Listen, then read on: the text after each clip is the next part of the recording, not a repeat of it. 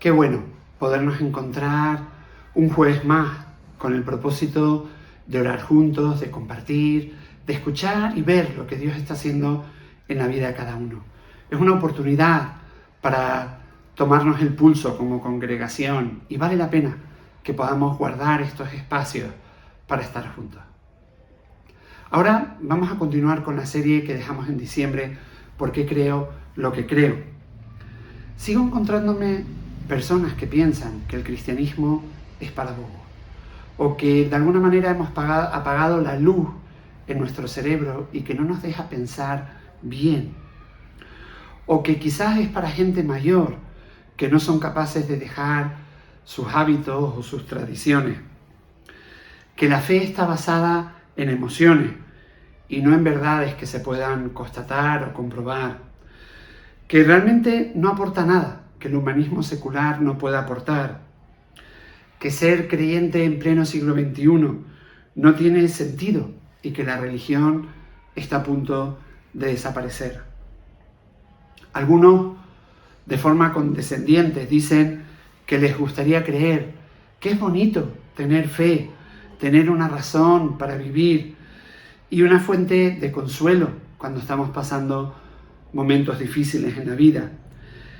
Pero dicen que si lo hacen estarían ignorando la razón, la ciencia, y se estarían suicidando intelectualmente.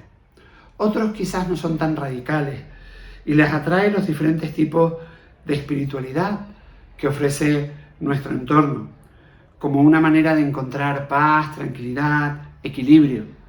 Reconocen que hay lugar para la fe en nuestra era actual, pero en el ámbito privado, en el ámbito del corazón, pero nunca vinculado a la razón. Como creyentes que usamos la razón para llegar a nuestras convicciones y que sabemos que nuestra fe se basa en pruebas sólidas, que la mente puede examinar y actuar en consecuencia, no nos identificamos para nada con todo este tipo de prejuicios y afirmamos que no son ciertos, que no son verdad.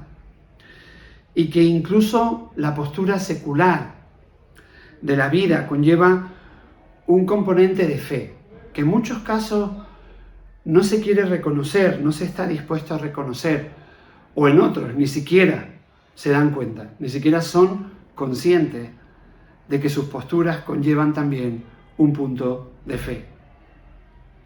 Es por todo esto que comenzamos la serie ¿Por qué creemos lo que creemos?, con el propósito de darle vueltas a estos prejuicios y ver si se sostienen realmente a nivel intelectual, al mismo tiempo que hemos podido escuchar también la respuesta de diferentes personas a la pregunta ¿por qué creo lo que creo?, en cuanto a su fe, a por qué creen o no creen en Dios.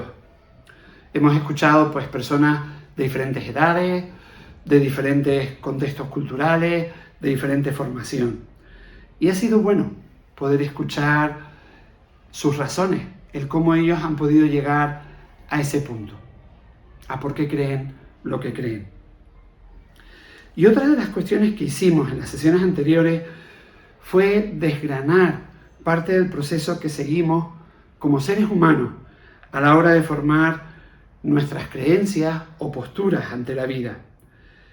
Y creo que es bueno que podamos resumir algunas de las conclusiones principales que sacamos en todo este proceso antes de continuar con un tema nuevo, como haremos la próxima semana.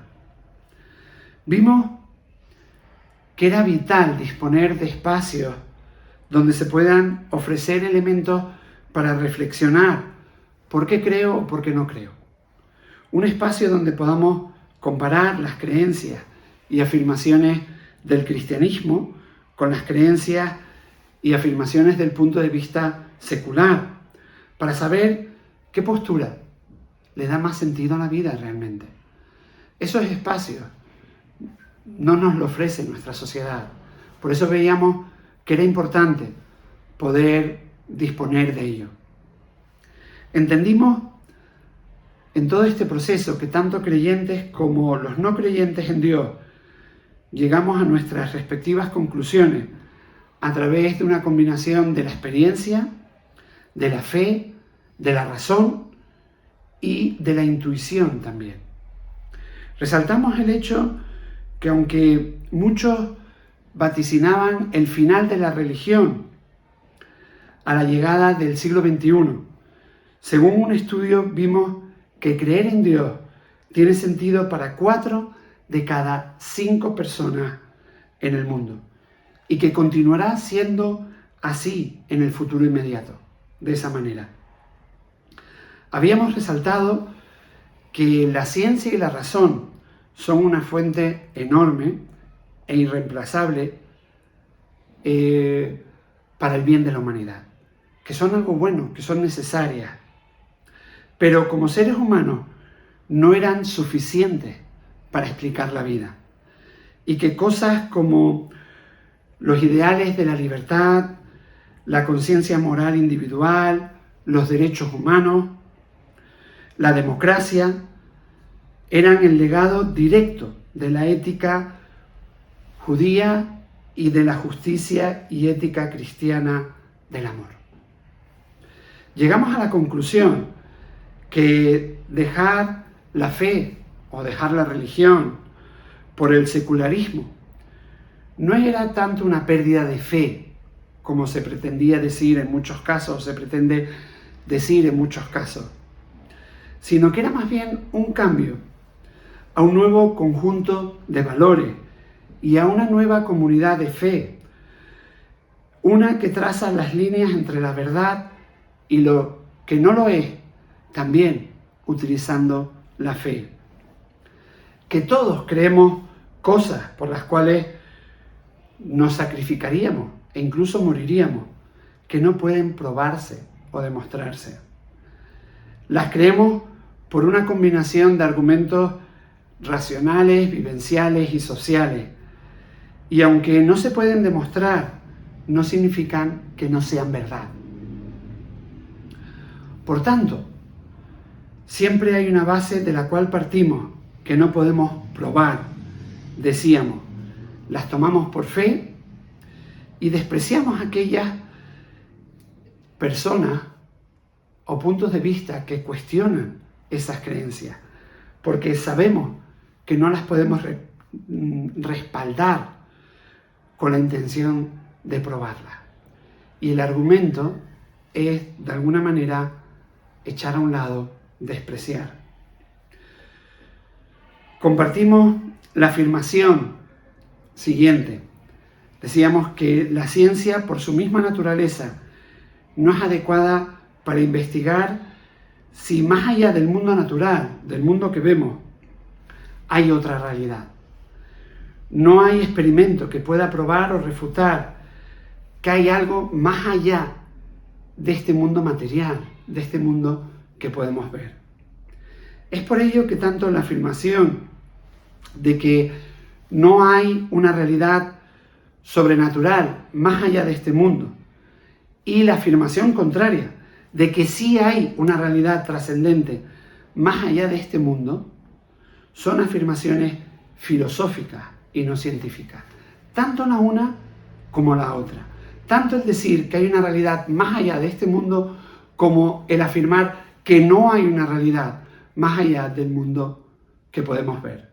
Ambas son afirmaciones filosóficas y no científicas. Ninguna puede demostrarse empíricamente, de tal manera que ninguna persona racional la puede poner en duda. Por tanto, declarar que no hay Dios o declarar que sí hay Dios necesariamente conlleva fe. Pero las dos afirmaciones, tanto el hecho de declarar que hay Dios como el hecho de declarar que no lo hay, ambas afirmaciones necesitan de fe, conllevan fe. Es por ello que la afirmación de que la ciencia es el único árbitro de la verdad no es en sí un descubrimiento científico. Es una creencia, es una cuestión de fe. Con todo esto, íbamos viendo cómo se iban desbaratando muchos de los mitos que yo compartía, por ejemplo, al principio. Por otro lado, decíamos que el creyente cristiano hace uso de la razón y de la fe para llegar a sus convicciones, así como la persona secular hace también uso de la razón y de la fe para llegar a la suya. Ambos están mirando las mismas realidades en la naturaleza, en la vida humana, y ambos están buscando una manera de darles el mejor sentido a ella, a través de un proceso racional, personal, intuitivo y social. La razón, decíamos, no opera sola y no puede hacerlo. Vimos incluso que, teniendo en cuenta la visión secular del universo, la conclusión sobre el amor y la justicia social no era más lógica que la conclusión sobre el odio y la destrucción, porque no había base en ese razonamiento para decidirte por uno o por otro.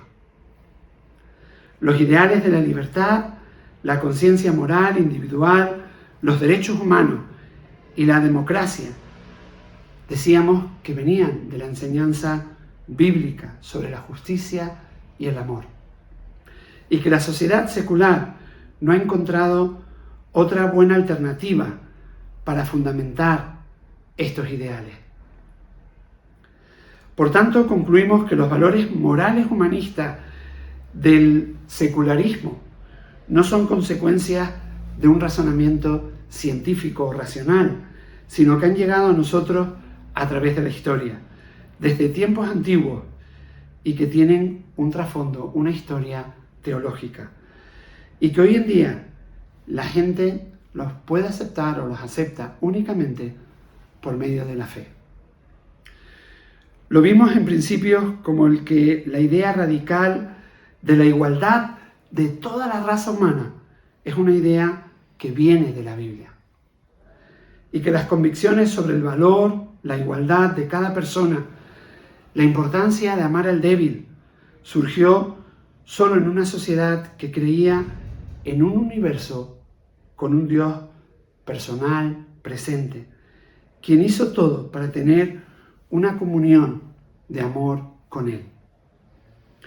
Sostener que los seres humanos son el producto nada más que del proceso evolutivo del más fuerte, que se come al más débil, y luego insistir que aún así cada persona tiene dignidad humana, que debe honrarse, que debe respetarse, realmente es un enorme salto de fe en algo trascendente, que no se sabe el qué, que no se sabe cómo se ha podido llegar a esa conclusión.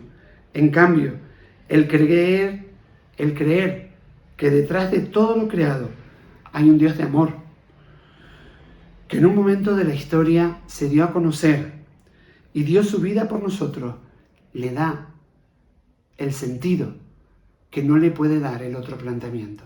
Le da muchísimo sentido.